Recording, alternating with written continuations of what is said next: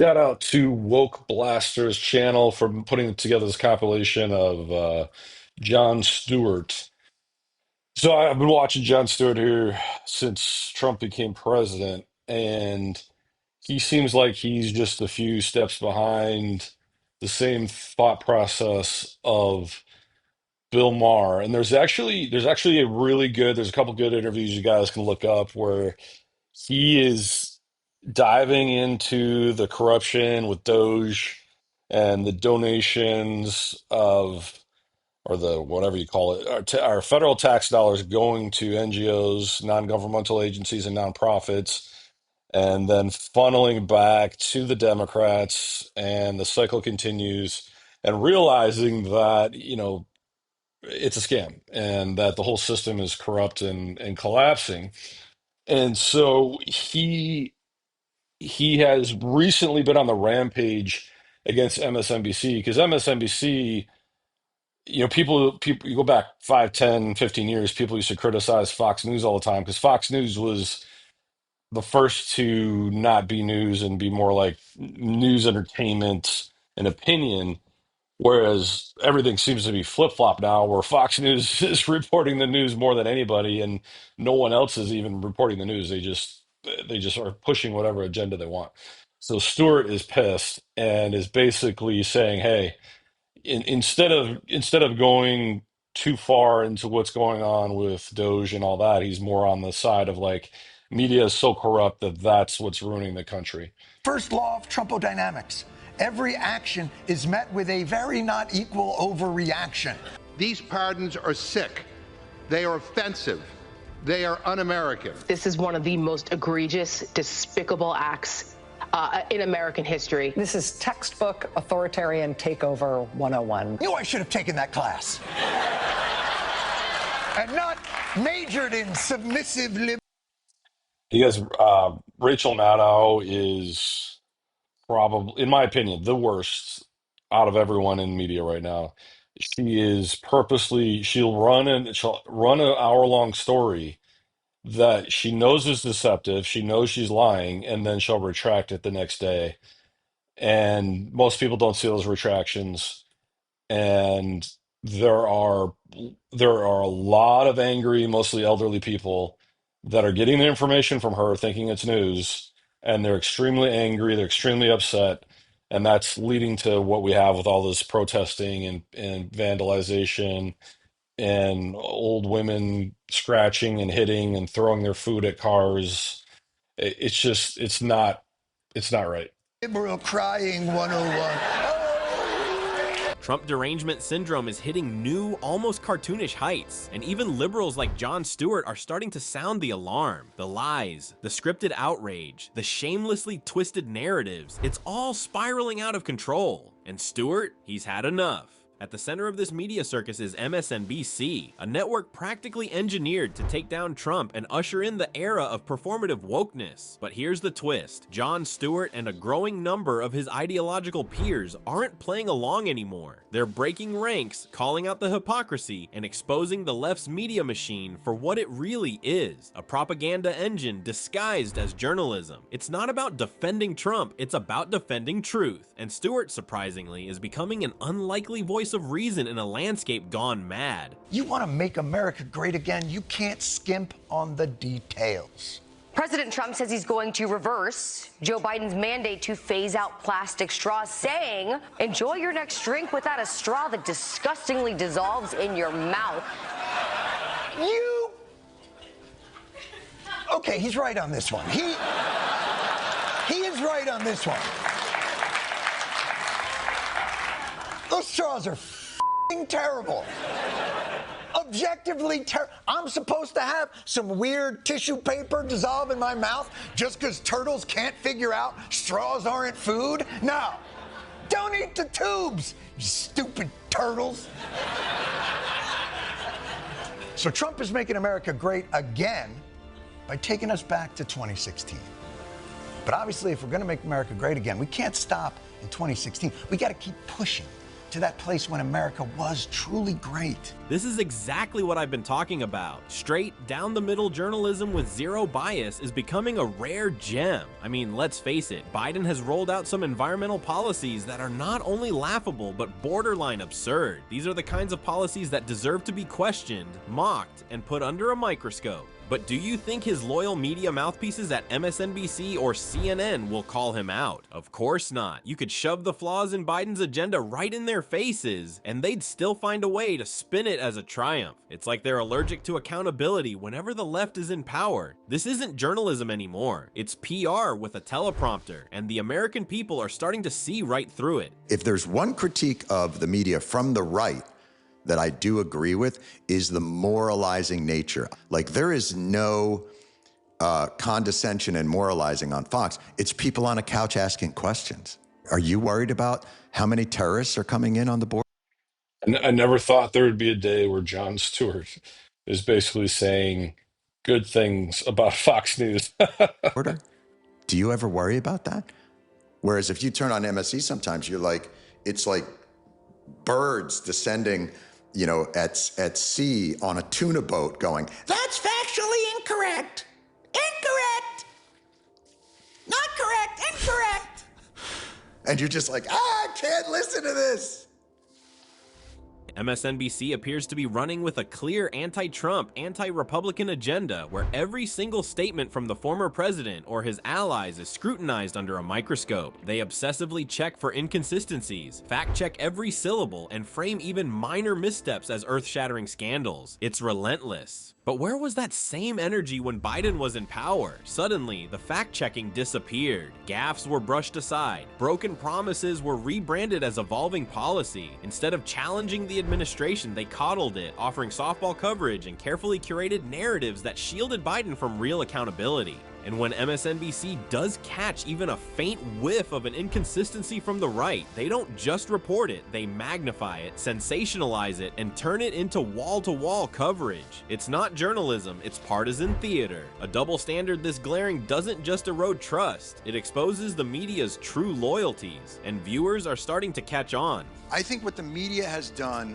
over the last 10 years is cry wolf, to the point where they numbed everybody. It was an anesthetic. And it got to where, what was the thing they litigated throughout this campaign? Nobody knows what to believe anymore, and that's part of the problem. And a large portion of the population doesn't know how to go to the websites that show you left, right, and center news percentages. He's a fascist, he's a terrible person. Democracy is on the ballot. Guess what lost?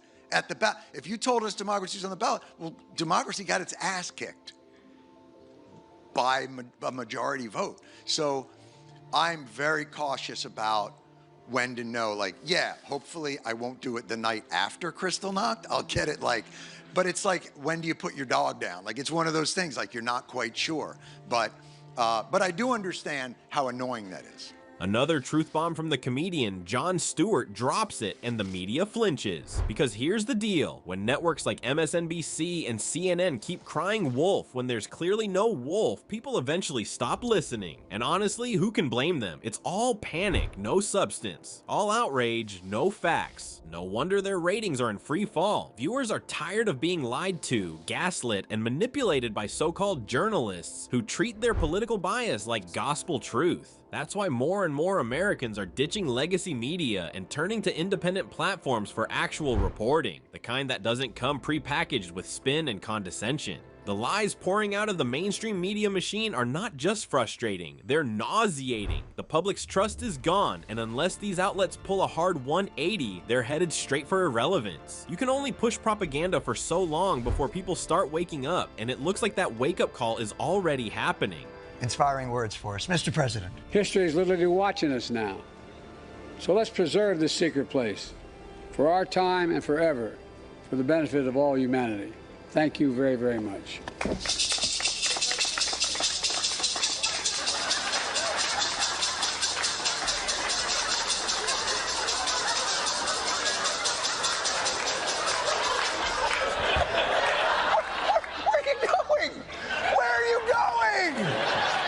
You know, maybe this is how we should do the transfer of power. The winner moves into the White House, and the incumbent just wanders off into the jungle so that his nutrients may be returned to the soil.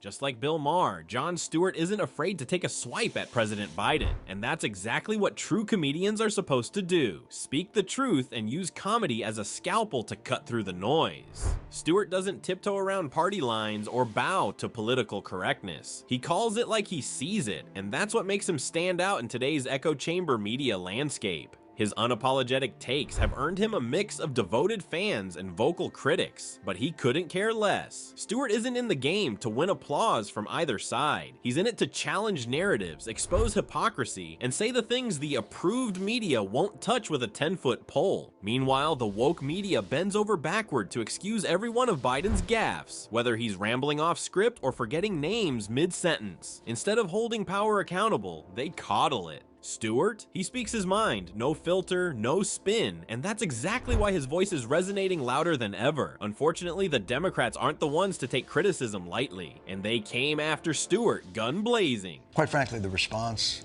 to the first show last Monday was universally glowing. Jon Stewart is facing massive backlash from Democrats over his comments about Joe Biden. The left needs to stop self-consuming. Otherwise they're never going to find their way. And Keith Olbermann is a complete lunatic. Anybody who's listening to him or reporting on him anymore, just whatever. The guy is should be committed. I mean, the stuff he posts is just utter lunacy. Olbermann tweeted, well, after 9 years away, there's nothing else to say to the both sidist fraud Jon Stewart bashing Biden except please make it another 9 years. Christy Jackson tweeted, sorry, but I won't be watching you either. Okay. Maybe not universal. But that was on Twitter. Everything on Twitter gets a backlash. I've seen Twitter tell labradoodles to go f themselves.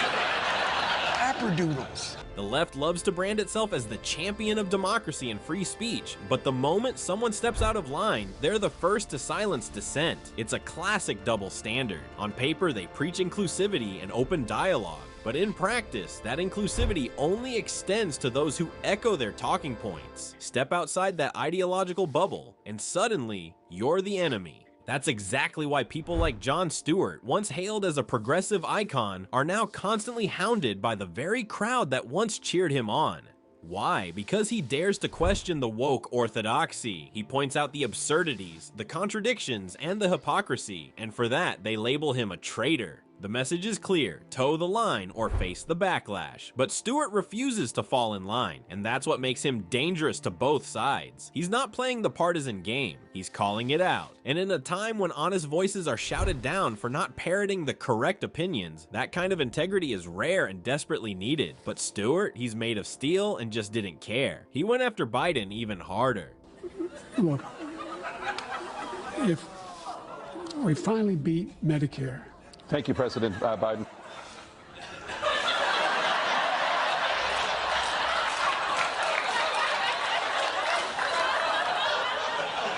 How did Biden do not talking? Nothing, and Russia nothing, and India nothing.